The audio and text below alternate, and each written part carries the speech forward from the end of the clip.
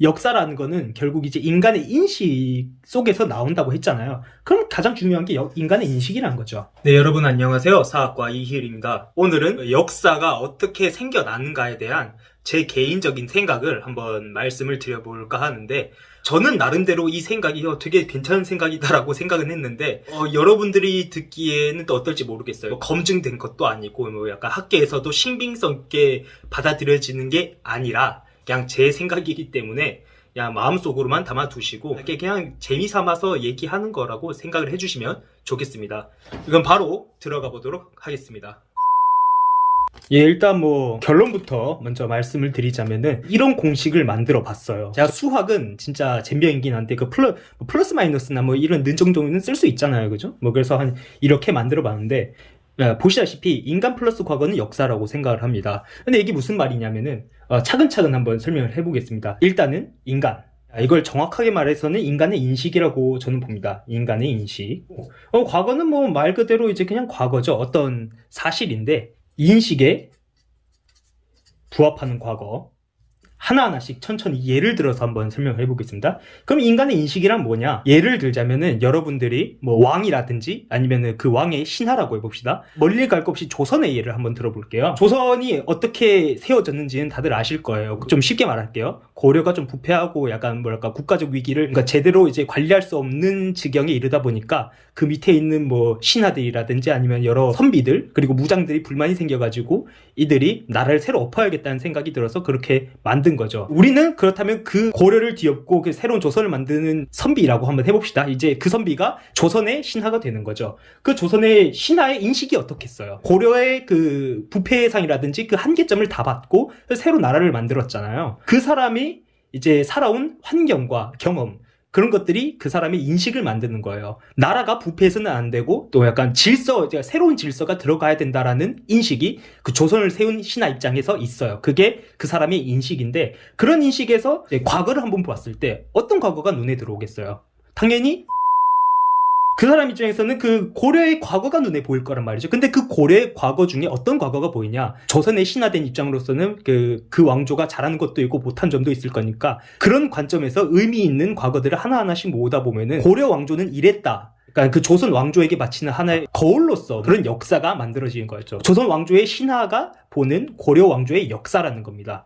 자, 근데 중요한 게 있어요. 고려 왕조라는 거는 900년대 초부터 이제 1300년대 말까지 있었던 거잖아요. 그 시기에 모든 걸 말하는 게 아니에요. 고려 왕조, 그러니까 고려 왕실과 고려 조정에 대한 과거만 보는 거죠. 그리고 그 왕실과 조정이 관여했던 일들 중에 남아있는 것들을 조금 이제 둘러보면서 그게 고려 왕실과 조정에 어떤 영향을 끼쳤는지를 이렇게 서술을 하게 되는 거고, 그렇게 해서 이야기 혹은 서사가 생기는 거죠. 이 고려 왕조의 과거를 보려 그러면 흐름이 있어야 되잖아요. 그런 걸 살리다 보니까 이야기가 나오게 되고 서사가 나오게 되는 거죠. 그래서 제가 저번에도 말을 했던 것 같긴 한데, 역사는 의미 있는 과거다. 자, 이거죠. 이 세상에서는 지금도 그렇고 엄청나게 많은 일들이 계속해서 일어나고 있어요. 근데 우리가 그걸 다 보진 못하잖아요. 그 중에서 우리는 그냥 우리에게 의미 있는 과거들만 보면서 이제 약간 재밌다라든지 아니면 교훈을 얻는다든지 그러는 거예요. 그리고 그걸 우리는 역사라고 부르는 거죠. 마찬가지죠. 고려 왕조의 과거. 이 고려 왕조 내에서 있었던 엄청나게 많은 일들 중에서 살아있는 것들, 그러니까 기록으로 남아있다든지 아니면 유물로 남아있는 것들, 아니면 구전으로 내려오는 것들을 이제 이 조선의 신하들이 의미 있다고 생각을 해서 살려두면서 고려사라는 그런 책을 만들게 되고, 그럼 그게 바로 역사가 되잖아요. 과거의 모든 것이 역사가 되진 않아요. 다만 그 과거의 일들 중에 어떤 인간의 인식 속에서 들어와야만 그게 역사가 된다라는 거죠. 하여튼 그렇습니다. 그럼 여기서 또 흥미로운 게 있어요. 자, 역사는 의미 있는 과거고, 이게 그렇다면 중요한 게 뭐겠어요? 바로 사람이 중요한 거죠. 결국 인간의 인식이 가장 중요한 건데, 그렇다면은 그런 얘기가 될 수 있어요. 역사는 결국 인간의 인식 속에서 만들어지는 거다. 저는 그렇게 생각을 하고, 제가 생각하는 지금 그냥 기존에 있는 역사의 특징이 무엇일까라고 생각해 봤을 때 이런 답을 내릴 수가 있어요. 뭐냐면은 기존 역사의 특징은 바로 이 리더의 세상 인식에서 파생이 된다는 거죠. 아까도 제가 예시를 들었던 게 조선의 신하와 조선의 왕 이런 거잖아요. 이런 사람들은 평범한 사람들이 아니에요. 나라를 이끄는 사람들이고, 그렇다면 나라를 이끈다는 게 보통 사람들은 아니고 그래도 좀 똑똑한 사람들이란 말인 거잖아요. 그리고 그 중에서 똑똑한 사람, 그 중에서 약간 생명력 좋은 사람, 그런 사람이 리더가 되는 거고, 그런 사람에게 의미 있는 과거가 고려 왕조의 과거였던 거고, 그게 역사가 된 거잖아요. 고려사 아니면 고려사 열전 뭐 이런 것들이 다 역사가 된 건데, 그런 식으로 된 역사들이 지금까지의 세상에서 계속 나왔다는 거예요. 자, 가만히 생각을 해보면은 국사 교과서 아니면 한국사 교과서, 근현대사 교과서, 그리고 뭐 다른 여러 교과서들을 보면은 어떤 과거가 들어있어요. 어떤 한 나라의 정치와 사회, 경제, 문화 이런 것들이 들어있잖아요. 이런 것들이 누구한테 필요하다는 거예요. 누구한테 의미가 있냐는 거예요. 그런 게 재미있고 의미가 있으려면은 세상에 대한 관심을 가진 사람이어야 되고, 관심을 가지고 싶어 하는 사람들일 거잖아요. 보통 그런 사람들이 약간 리더가 되는 경향이 많죠. 하다 못해서 그 약간 뭐랄까, 정치에 끼어들려고 하는 사람, 여러 가지 방면에서 세상에게 도움이 되고 싶어 하는 사람들이 그런 것들에 관심을 가지잖아요. 저는 그런 사람들이 리더라고 봐요. 저는 그런 생각이 들었어요. 이 세상에는 리더만 있는 게 아니잖아요. 그런 거에 관심이 없는 사람들도 있고, 세상에는 관심이 크게 없으면서 뭐랄까, 자기만의 삶을 살아가는 사람들도 많고, 또 뭐랄까, 그냥 행복하게 그냥 소소하게 살아가는 것을 제일로 생각하는 사람들도 많고, 세상에 정말 여러 사람들이 있잖아요. 그런 사람들에게 기존의 역사가 과연 얼마나 먹힐까? 과연 그런 사람들이 기존의 역사를 의미 있게 볼까? 라는 거죠. 이런 기존의 역사들도 물론 좋고 있어줘야 되지만, 저는 조금 더 새로운 역사가 나왔으면 좋겠어요. 그게 뭐냐? 자, 그렇다면 이걸 제가 말하는 역사의 특징이란 거는 이상적으로 들릴 수 있는데, 개인 개성과 개인 자아에 맞춘 세상 인식에서 파생된 역사가 좋다라는 거죠. 이걸 그냥 좀 글로 적어볼게요. 근데 개인에게 맞춘 세상 인식이라는 건 뭐냐? 개인의 인생에 좀 더 초점을 맞춘 거죠. 뭐 진로라든지. 그러니까 저 같은 사람들이나 이제 제 또래, 아니면 저보다 조금 더 어린 친구들 같은 경우는 막 진로 고민을 되게 많이 하잖아요. 뭐 진로 고민하는 사람들을 위한 과거, 이제 자아 성찰 같은 거.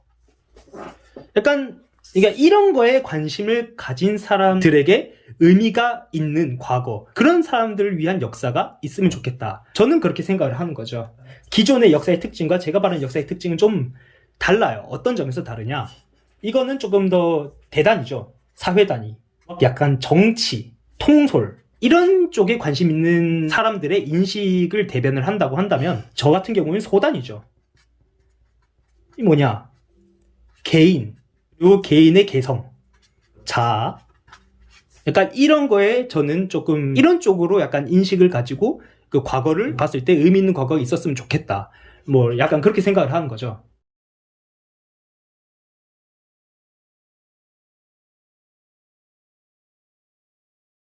역사를 갓 입문한 사람들이라든지 학부생들의 이제 혼란과 궁금한 점을 약간 미리 좀 답을 하기 위해서 선빵을 좀 치겠습니다. 아까 제가 막 이렇게 제가 말하는 이제 기존의 역사학과 지금 제가 말하는 역사학에 대한 얘기를 쭉 했는데, 거기서 절대 놓치지 말아야 되는 게 있어요. 그게 바로 역사학에서 필요한 학술 기법이라는 거죠. 역사학에서 필요한 학술 기법. 두 가지를 소개를 해드릴 건데, 하나는 거의 필수고요. 이거 없으면 안 되고, 나머지 하나는 아직 이거 제가 당당하게 말은 못 드리겠지만, 그냥 이건 한번 이런 사람이 그런 말도 하는구나 라고 이제 받아들이고 넘기시면 될 것 같아요. 일단 한 개, 무조건 필요한 한 개, 과거 복원입니다. 인간의 인식이 과거를 보고 역사를 만든다고 이렇게 말을 했잖아요. 그렇다면 그런 생각을 할 수가 있어요. 그러면은 그냥 인간의 인식에 맞게 역사는 뭐 그냥 과거 그냥 때려 맞추고 끼워 맞추면 그만 아닌가? 라고 생각을 할 수가 있는데, 역사학은 그런 생각을 막고 진실에 기반한 영감을 주기 위해서 있는 학문입니다. 과거를 최대한 있는 그대로 복원을 하고 거기에 담겨져 있는 진실을 통해서 사람들에게 영감을 주는 학문인 거죠. 거의 있는 그대로의 사실을 어떻게 복원을 하느냐? 자, 사료 발굴을 일단 해야죠. 사료 발굴, 검증, 그리고 분석. 과거를 완전히 있는 그대로 복원하는 건 불가능에 가깝습니다. 하지만 그래도 남아있는 자료들을 통해서 최대한 사실에 가깝게, 진실에 가깝게 복원을 할 수 있거든요. 그래서 이런 것들 가장 중요하게 해야 됩니다. 이거는 가장 중요하다기보다는 이거 의무예요. 절대로 해야 되는 겁니다. 이거 제끼고 나서 마음대로 역사를 본다? 뭔가 자기 생각을 뒷받침하기 위해서 이렇게 있는 사료 부정을 하고, 약간 있는 사료 왜곡하고 그런다? 그건 역사학이 아니에요. 그건 진짜 역사가 아니고 그냥 그 뇌피셜이고 그냥 소설 쓰는 겁니다. 절대로 지양을 해야 되고, 계속 노력을 해야 된다는 거죠. 그래서 이걸 통해서 과거 사실을 최대한 복원을 해야 됩니다. 이거는 선택의 여지가 없어요. 역사학에서 이거 무조건 의무입니다. 이거 무조건 해야 되고, 이 두 번째 같은 경우에는 의견이 좀 많이 갈릴 수가 있긴 한데, 저는 일단 이렇게 생각을 합니다. 바로 인간 인식에 대한 고찰입니다. 자, 아까도 제가 말씀드렸다시피 역사라는 거는 결국 이제 인간의 인식 속에서 나온다고 했잖아요. 그럼 가장 중요한 게 인간의 인식이라는 거죠. 그때그때마다 다르기 때문에 좀 복잡하긴 하지만 인간 인식에 대한 고찰은 무조건 필요하다. 저는 그렇게 생각을 합니다. 이걸 어떻게 하느냐? 기존의 역사 연구들을 분석을 하고 비판을 해야 되는 거죠. 내가 어떤 사람인지, 내가 이 세상을 어떻게 바라보는지도 중요하잖아요. 그러니까 인간 인식이라는 거는 되게 다양한 범위를 가지고 있다. 인간 인식의 대상은 내가 될 수도 있고, 그리고 연구 대상이 될 수도 있어요.